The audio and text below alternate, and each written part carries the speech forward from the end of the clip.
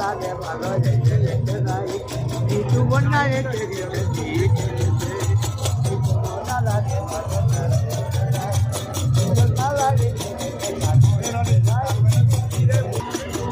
ভালো বাইশ সাবানা চলে গেলে আর দেখতে পারবেন না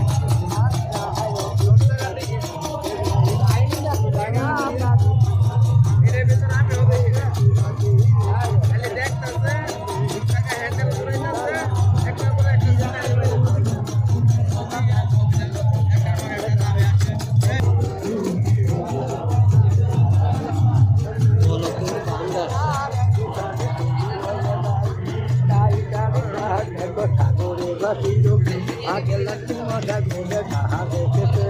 সাগরেতে